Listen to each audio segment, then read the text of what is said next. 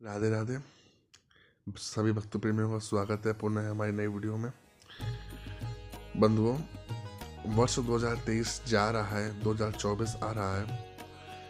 तो जाते हुए इस वर्ष में और आते हुए नववर्ष की, अंग्रेजी नववर्ष की आप सभी को ढेर सारी बधाई। और इस अंग्रेजी नववर्ष के समय में कुछ लोगों के मन में प्रश्न जगता होगा, क्या जैसे हमारा नया साल होता है, क्या देवताओं का भी ऐसे नया साल होता है? जैसे हमारा महीना बीतता है, क्या देवताओं का भी महीने गुजरते हैं? क्या वो भी जनवरी, फरवरी इत्यादि समय गिनते हैं?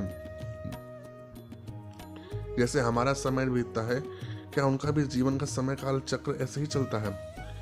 तो ऐसा नहीं है। हमारे जीवन में जो समय बीतता है और देवताओं के जीवन में जो समय बीतता है, वो उसमें बहुत बड़ा अंतर होता है। थोड़ा समझने का प्रयास करिएगा। इस वीडियो के माध्यम से मैं आपको यही समझाने का प्रयास करूंगा। हमारा 24 घंटे का एक दिन होता है और 15 दिन का एक पक्ष होता है, जिसे कृष्ण पक्ष और शुक्ल पक्ष कहते हैं। जब ये दो पक्ष बीत जाते हैं तो हमारा एक महीना पूरा होता है। जो फागुन, चैत्र, जो भी माघ महीना है, कार्तिक का महीना है, ये एक महीना पूरा होता है दो पक्ष बीतने पे, कृष्ण पक्ष और शुक्ल पक्ष। ऐसे जब 12 महीने बीत जाते हैं तो हमारा एक वर्ष पूरा होता है। और हमारा एक वर्ष और हमारे पितरों का एक दिन बराबर है। अर्थात जब हमारा एक वर्ष व्यतीत होता है तब हमारे पितरों का एक दिन व्यतीत होता है। ऐसे 4,32,000 वर्ष जब हमारे जीवन के गुजर जाते हैं तब हमारे कलयुग की आयु पूरी होती है, जिस युग में हम जी रहे हैं। 4,32,000 वर्ष। उससे दोगुनी जो आयु है वो द्वापर की है, 8,64,000 वर्ष। ये द्वापर का समय काल का कार्यकाल है। उसकी तिगुनी जो आयु है कलयुग की, 12,96,000 वर्ष, ये है त्रेता की आयु। और जो उसकी चौगुनी आयु है, 17,26,000 वर्ष, ये सतयुग की आयु है। इतने वर्षों का इनका अपना अपना समय है। जब ये चारों युग एक बार बीत जाते हैं, अर्थात एक बार सतयुग निकल जाता है, एक बार त्रेता निकल जाता है, एक बार द्वापर निकल जाता है, एक बार कलयुग निकल जाता है, तब एक चतुर्युग निकला हुआ माना जाता है, एक चतुर्युग। और जब ऐसे 71 चतुर्युग निकल जाते हैं तब एक मनु का समय पूरा होता है, अर्थात एक मनवंतर पूरा होता है, एक मनु बदलते हैं। और ऐसे ही जब 1000 चतुर्युग पूरे होते हैं, 1000 बार सतयुग निकल जाए, 1000 बार त्रेता, 1000 बार द्वापर और 1000 बार जब कलयुग निकल जाता है तब एक कल्प का समय निकलता है, जिसे हम कल्प बोलते हैं। ये जो एक कल्प है, ये इंद्र का पूरा एक कार्यकाल होता है। अर्थात हर कल्प में एक नया इंद्र चेंज होता है, एक कल्प में।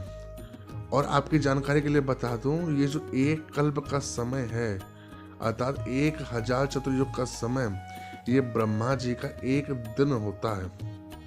एक दिन मतलब केवल दिन, रात नहीं। ऐसा ही ब्रह्मा जी का एक दिन होता है, ऐसे ब्रह्मा जी की एक रात होती है।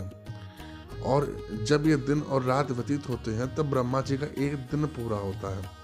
और ऐसे करके ब्रह्मा जी की 100 वर्ष की खुद की आयु है, 100 वर्ष की खुद की आयु। ये ब्रह्मा जी इतने वर्ष तक जीवित रहते हैं।